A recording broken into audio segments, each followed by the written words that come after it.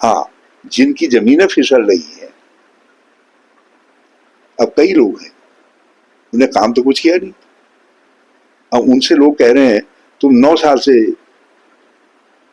MLA हो, जैसे श्री विनोद हैं, उनसे लोग कह रहे हैं भाई साहब आपको इतने साल से आप एमएलए हैं, लेकिन ये जितने काम यहाँ हुए हैं तुम्हारे विधानसभा क्षेत्र में दिखाई दे रहे हैं, ये तो सब उन 3 साल के काम हैं जिस समय हरीश रावत राज्य का मुख्यमंत्री था।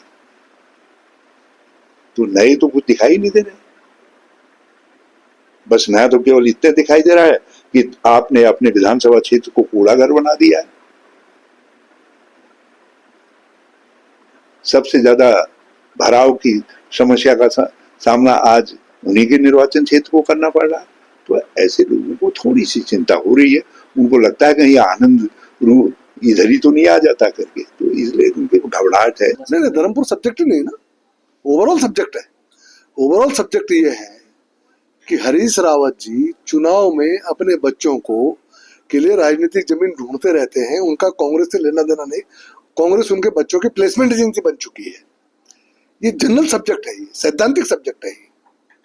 इस पर वो क्या बोलते हैं, क्योंकि पहले उन्होंने अपनी पत्नी को लड़ाया जब वो लोकसभा से या मुख्यमंत्री बन गए, उसके बाद वो स्वयं में 2-2 जगह से चुनाव लड़े, हार गए, फिर एक जगह से वो खुद लड़े, एक जगह से बेटी को लड़ाया, फिर वो चुनाव हार गए, बेटी जीत गई, फिर लोकसभा चुनाव की बात आई, फिर बेटे को लड़ा गए।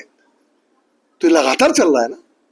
अब कुछ 1-2 बच्चे शायद बच्चे होंगे तो उनको एक बार लड़ा के हरवाएंगे तो कम से कम पूर्ति हो जाएगी, उनको भी परिवार में जवाब देने को हो जाएगा, भाई तुम इनको लड़ा दो, तुम्हें भी लड़ा दिया, तुम्हें भी लड़ा दिया। अब इस अवस्था में आदमी फंस जाता है, ऐसे क्या कर सकते हैं।